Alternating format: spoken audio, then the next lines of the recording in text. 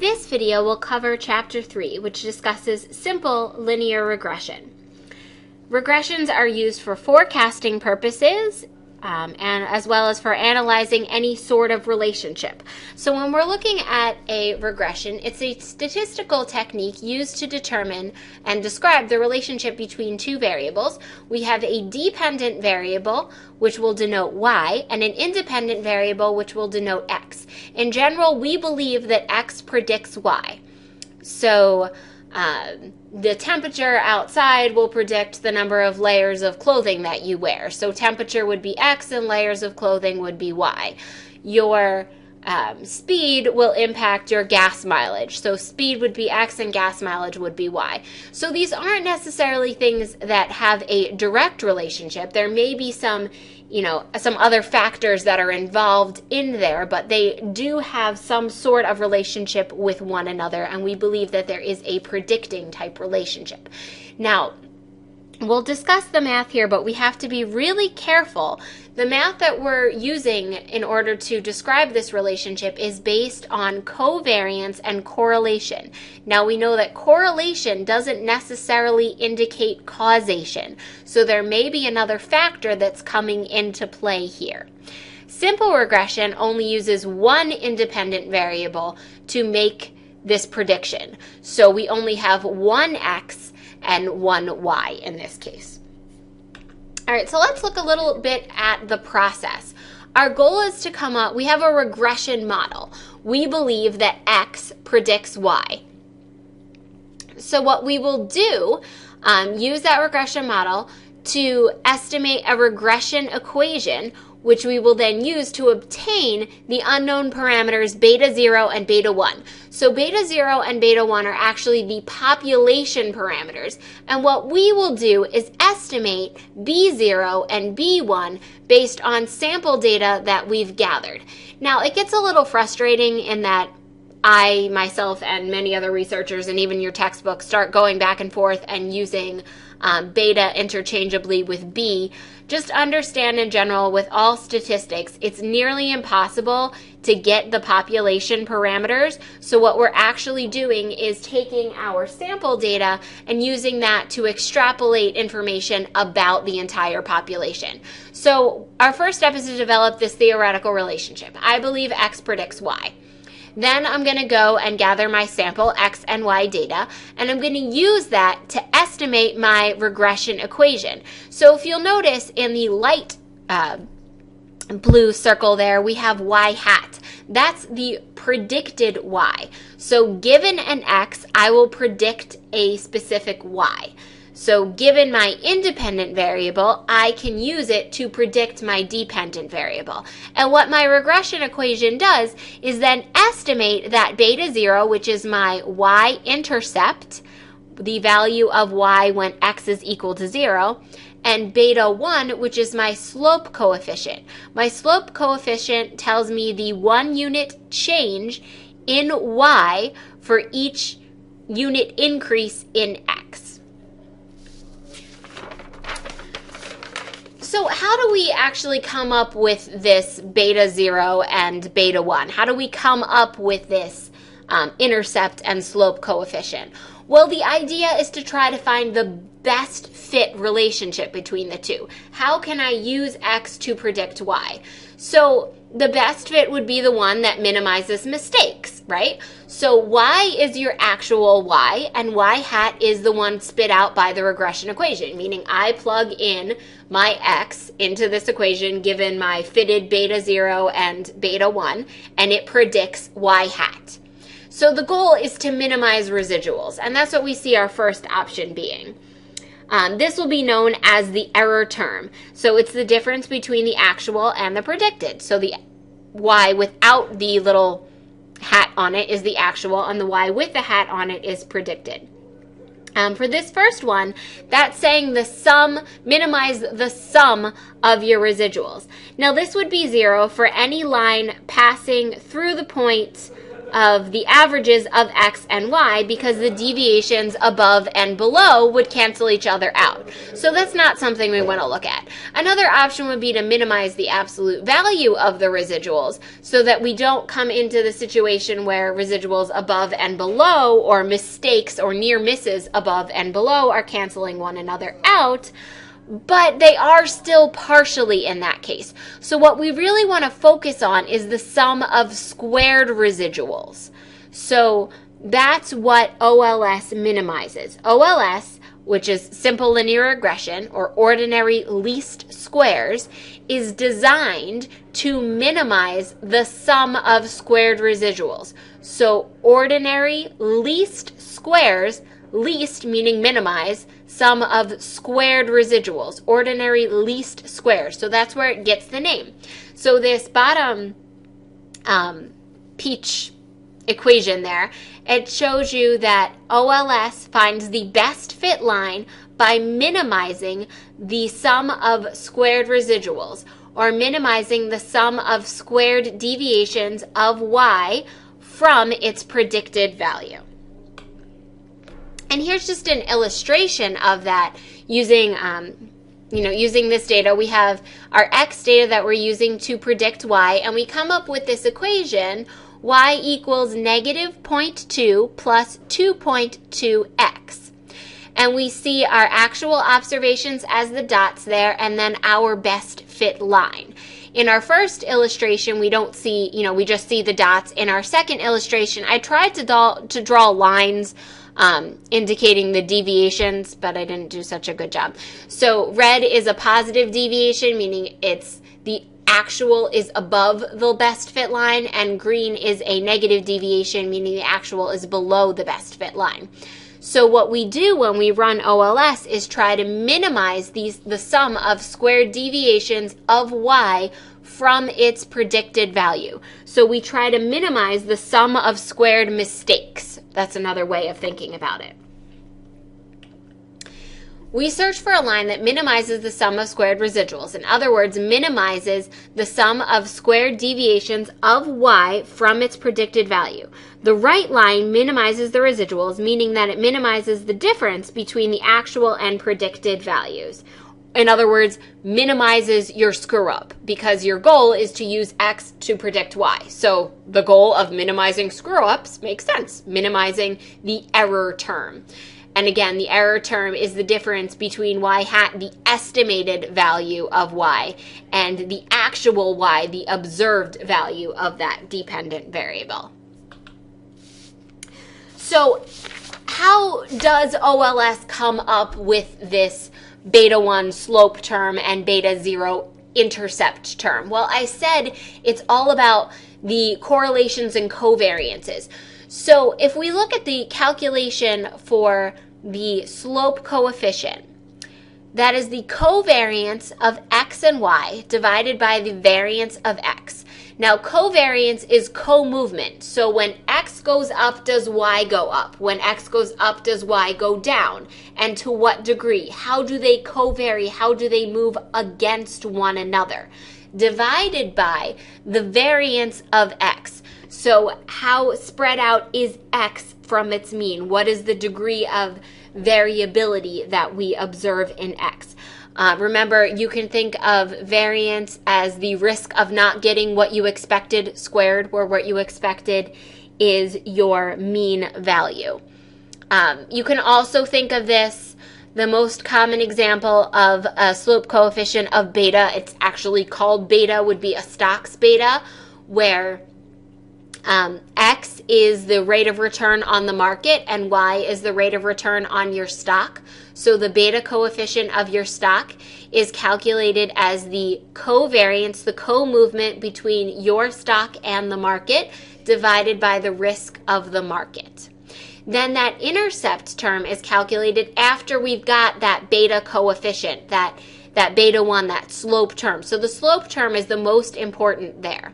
So once we have that slope term based on that covariance, that correlation, that relationship between x and y, given This just says to calculate beta 0, you need y bar minus beta 1 times x. That should be x bar, or the mean value of the independent variable, the average value of x. So y bar, the average value of y, minus your calculated slope coefficient times the average x value gives you your b0, or your vertical intercept, your y-intercept. That would be the value that y takes when x is equal to 0. And we can see that illustrated in this line down here. So beta 0 is your vertical intercept, your y-intercept. Beta 1 is your slope coefficient. So you can think of slope rise over run. It's the change in y associated with a 1 unit change in x. And our result here, y is equal to beta 0 plus beta 1x. So that's our general, in theory, equation that you see over on the side with your graph. When you plug in to make a prediction, when you plug in variables to make a prediction here, you come up with y hat. So given an individual x, I can plug that into the equation and it will spit out a predicted y. Okay. So the predicted value of y based on the ith observation of x. So this is kind of an application. How would I really use this? This could be used for forecasting, those types of things. So given a particular rate of return on the market, what should be the associated rate of return I would expect on my stock?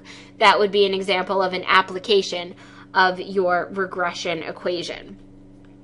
So let's look at it again, examining the residuals. Remember, it's all about trying to minimize the sum of squared residuals. So given a specific x, you can plug into your equation and it will spit out a y hat, a predicted y. And that predicted y can either be above or below the actual y. So our red dots are our observed values of x and y, and then we have our best fit line, and we're looking at minimizing the residual, the difference between the actual and predicted values.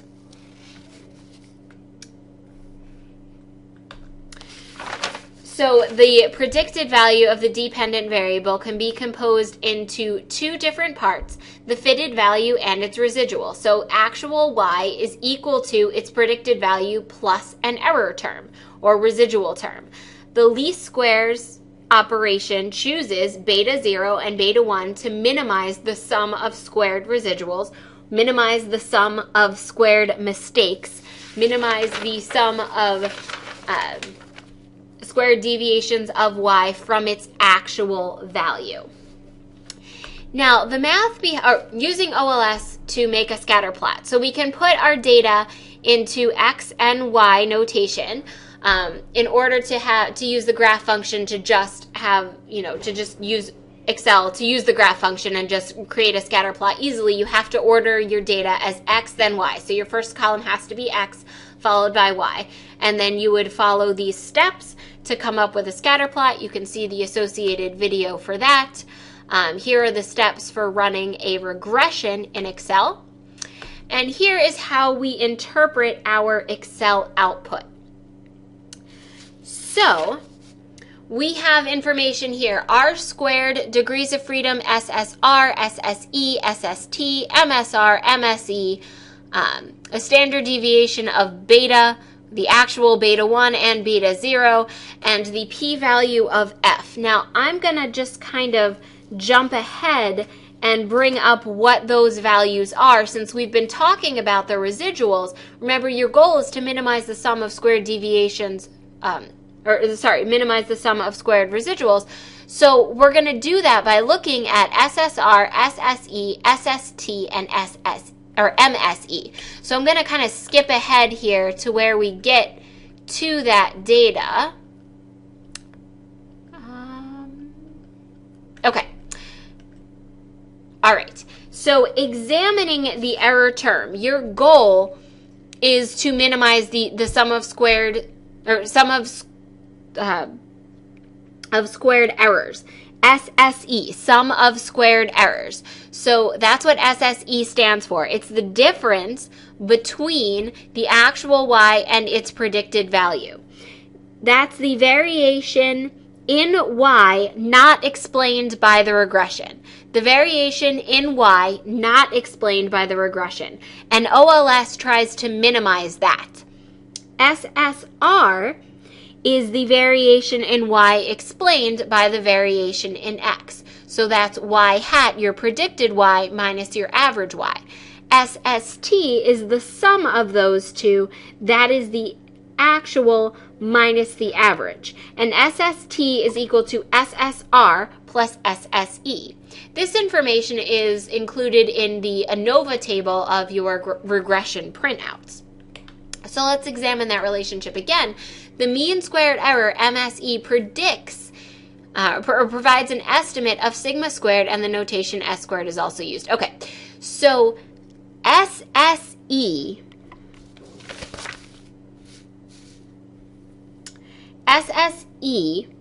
is the sum of squared errors.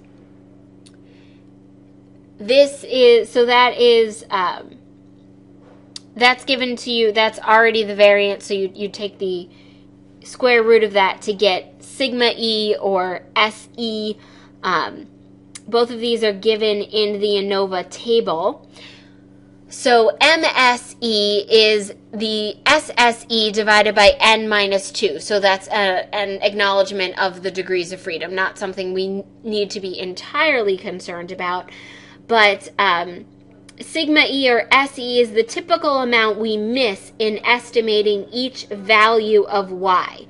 So SSE, typical amount that we miss in estimating each value of y. Now, why do we care about this information? Because it tells us how good of a job we did with our regression. And that idea is captured in this coefficient of determination, r squared, which is equal to SSR divided by SST. It tells you the percentage of variation in y that can be explained by the regression. The higher the r squared, the better the regression line fits the data, meaning that the more variation in y is explained by the variation in x. In other words, you did a better job. Okay, so let's now go back and look at how we interpret our Excel output. I have the directions here for how to run OLS in Excel, and you can watch the other video and then just refer back to these regression steps. But we have our r squared in there, which is SSR divided by SST. We also have SSE, your sum of squared errors, that's reported to you, which is the typical amount we miss in estimating that y value. That's what we were trying to minimize. SST is also reported for you, as is MSE. So all of those go together into calculating your r squared, which is basically like a grade for your regression. Now, don't get too caught up in the idea. Don't assume it has to be on a 100-point scale, and if you get less than a 50, then it's horrible. No, you're just trying to estimate a relationship. These aren't necessarily, you're not necessarily going to find a perfect deterministic relationship. You're not always going to be in a situation where, of course, assets must equal liabilities plus owner's equity. It must not always add up that easily. So in this example, you're looking at TV ads versus car sales. Well, yes, we do see that there is a relationship, and we see that, in fact, 87.72% of the variation in car sales is explained by TV ads. So that's pretty good. It's not 100%, but that's okay. There could be other things that impact car sales, like weather or, gas prices, all kinds of other things that aren't factored in here.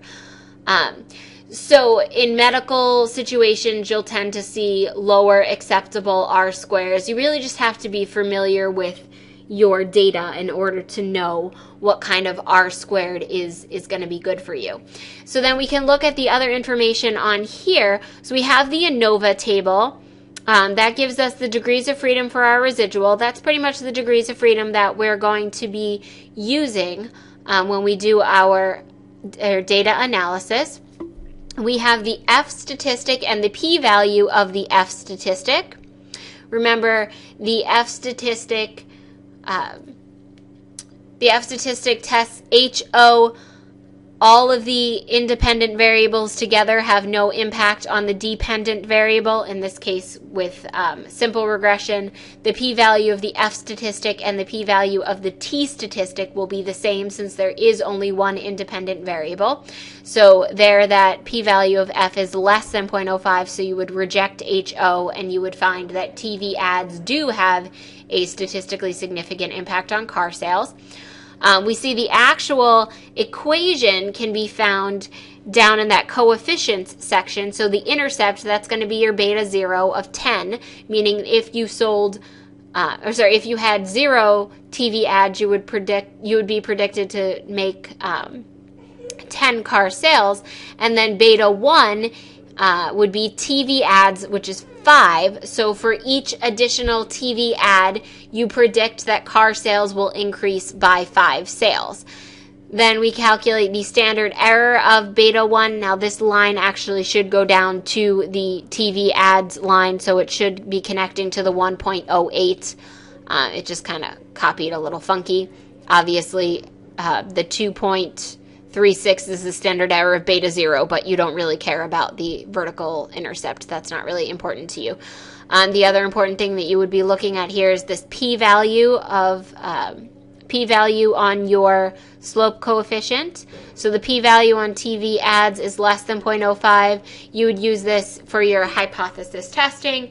And then finally, we have the upper and lower bounds that are included there. And all of this will be discussed more in the videos that discuss that and throughout, more of this chapter. Okay, so here's the directions for performing OLS simple regression using SPSS, getting the scatter plot, then running the actual regression. Here's the outputs. So it gives you X bar and Y bar. It gives you the standard deviation of both X and Y. It reports the R squared. It also reports the square root of MSE, which is going to be relatively close to SSE. Remember that you can look back at the equations to see the relationship there.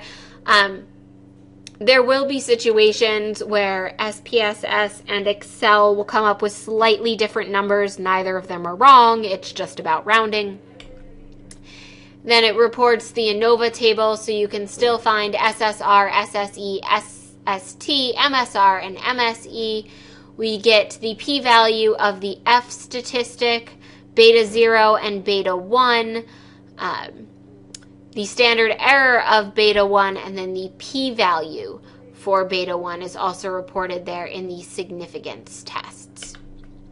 So inferences about beta 1. Beta 1 is really key here in that it is your slope coefficient. It is kind of the measure of this relationship. We use our sample data to estimate beta 0 by B0 and beta 1 by B1. The interval estimations and hypothesis tests are constructed using the sampling distribution of beta 1. So you'll conduct hypotheses and you'll develop the 95% confidence intervals using the standard error of beta 1. That's the deviation of beta 1 from what you would expect. So that's why it's really important that in both of these things you see SB1 indicated. In the SPSS, it's denoted using the standard error, and in Excel, you'll also see it under standard error. Okay. So the interval, the 95% confidence interval for beta 1 is beta 1 plus or minus a corresponding t statistic times the standard error of beta 1. The t's will vary based on the hypothesis being tested, whether you want to do a one-tailed upper test, a one-tailed lower test, or a two-tailed test. And we'll discuss each of those in turn. So hypothesis testing using beta 1. Remember, beta 1 tells you the 1 unit change in, or for each 1 unit change in X, the predicted change in Y. So the most common test is to test whether or not a change in the x variable does in fact induce a change in the y variable. In other words, meaning there is a relationship between your dependent and independent variables. So x really does predict y. When you're doing hypothesis testing, remember HO is the opposite of what you expect. So HO beta 1 equals 0, meaning there is no impact, and HA beta 1 does not equal 0, meaning that there is an impact. So if you reject HO, you find that there is in fact a relationship between the two. Okay, so HO beta 1 equals 0.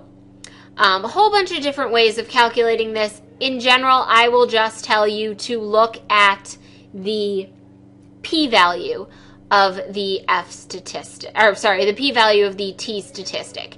Now, in simple regression, you will notice here you see t and f because in simple regression, there is only one independent variable. So t and f tests are both going to tell you the same thing.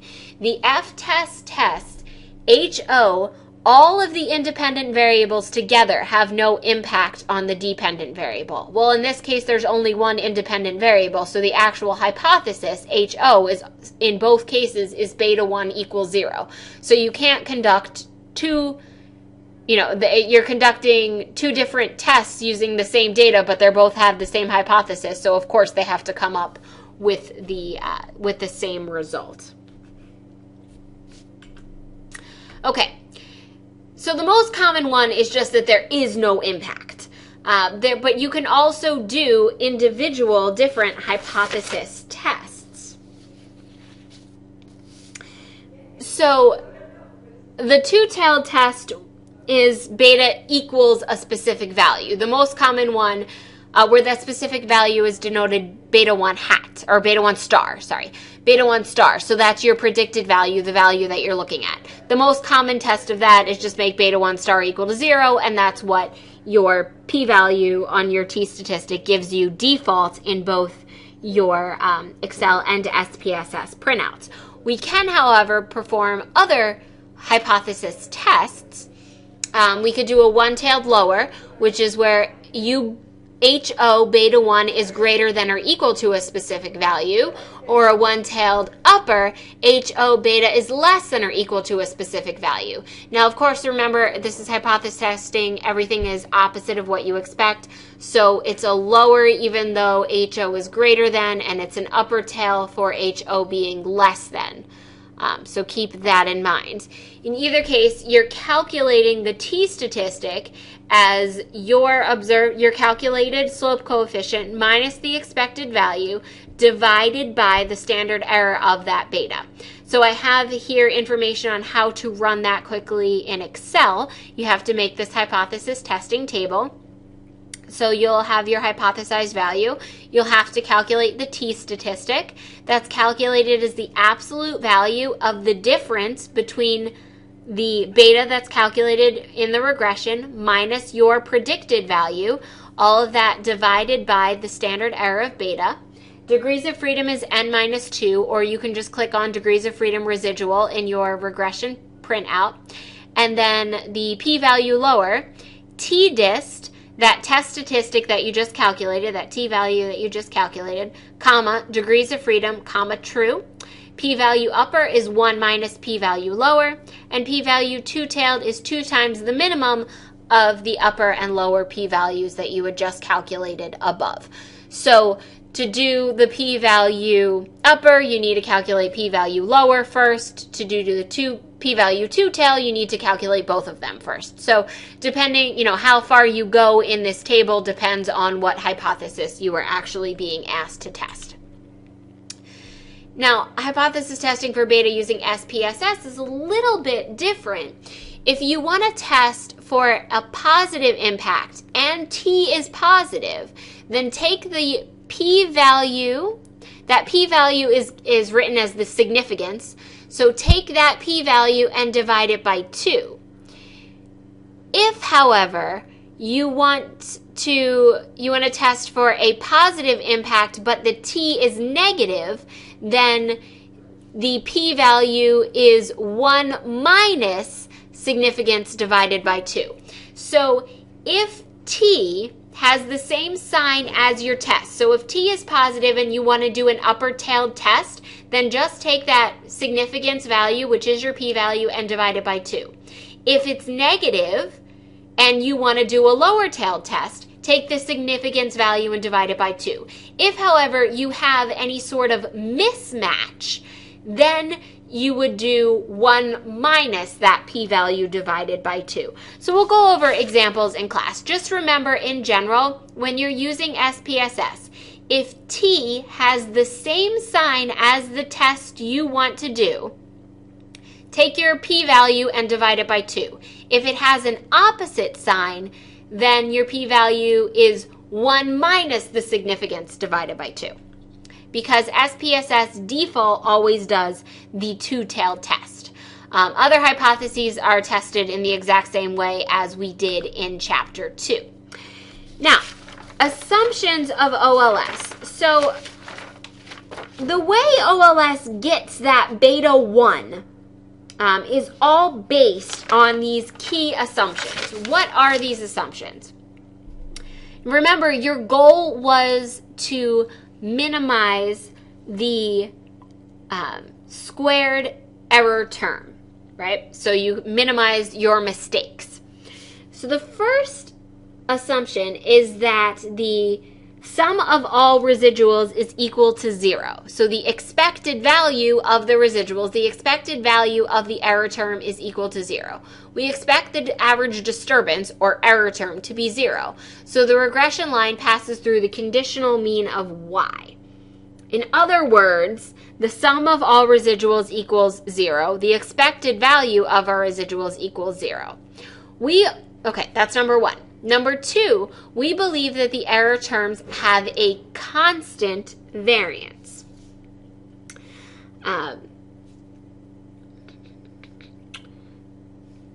We also believe that the error terms are normally distributed and are independent from one another. So because of this, we know that the average of all the residuals must be 0. The sample covariance between the regressor and the residual must be 0. And the OLS line must always pass through the sample means of x bar and y bar. So we can use those 4 key assumptions and the impacts that we just discussed that arise from those assumptions to derive the math behind that calculation of your beta, your slope coefficient. And here's how we do that. So we know that the expected value of our error term is equal to 0. Well, if the expected value of the error term is equal to 0, then we know that the expected value of any of the covariance between any of the regressors and our residual should also be equal to 0. We can then we have the relationship y equals beta 0 plus beta 1 x1 plus our error term. So we rearrange that solving for the error term, and we substitute that in to our expected value formula. We then substitute that in again into our covariance relationship, and we have that has an expected value of 0. Substituting in again for beta 0, and then I go through and simplify the equation, comes up with our beta 1 slope coefficient equation, which is the summation of the summation of deviations of x from its mean times the summation of deviations of y from its mean. In other words, the covariance of x and y divided by the sum of squared deviations of x from its mean. So in other words, divided by the variance of x. So that is the derivation of your beta coefficient in OLS. That's basically a mathematical blueprint for why OLS works, and it's really all based on those 4 key assumptions and the fact that as a result we believe that the covariance between the error term and any of the x's must be equal to 0, and that arises from those 4 assumptions of normality of the error term, independence of the error term, constant variance of the error term and a 0 expected value of the error term. In other words, we don't expect to screw up at all. Okay, now, uses of OLS. So we know that we can use it to make predictions. So if I'm given an X, I can spit out a predicted Y. Okay, that's great. But I also want to have a predictive interval. The predictive interval is used when you want to predict a particular value of the dependent variable given a specific value of the independent variable. So given a specific X, I want to predict a Y. Okay, well, I know that my regression equation only gives me Y hat. So I know that the information that it gives me is not perfect. So what I want to do is actually have an interval of those values, recognizing that there is in fact an error term that's going to be involved in there. So my predicted Y is equal to plus or minus. Now, plus or minus, that's just showing me that I'm going to have some observations above and some observations below. This is how I come up with that confidence interval. So that's T times the standard error times this square root equation where xg is the given x value that we are interested in. So square root of 1 plus 1, the quantity 1 over n plus the squared deviation of our given x from its mean value, that quantity divided by n minus 1 times the variance of x. And that's going to give us our predictive interval. So that's going to be used for forecasting purposes. Now, the difference between our predictive interval and a confidence interval. Excel and SPSS both spit out a confidence interval for you. That confidence interval is the confidence interval of your beta coefficient. So looking at that, it gives you the default 95% confidence interval. You'd say, I'm 95% confident that for each additional 1 unit increase in X, Y will increase by between the upper and lower 95% confidence that's spit out by both Excel and SPSS. This is different in that these predictive intervals and confidence intervals are calculations based on a specific X value that you're given. So plugging in this X spits out a Y, and then I get a predictive or confidence interval around that. Now, the predictive interval is used to estimate the value of one value of Y given one value of X. The confidence interval, on the other hand, is used to estimate the mean value of Y at that given X. Now, as far as the equations are concerned, the only difference is that in the predictive interval, you have 1 plus under your square root sign. In the confidence interval, you don't.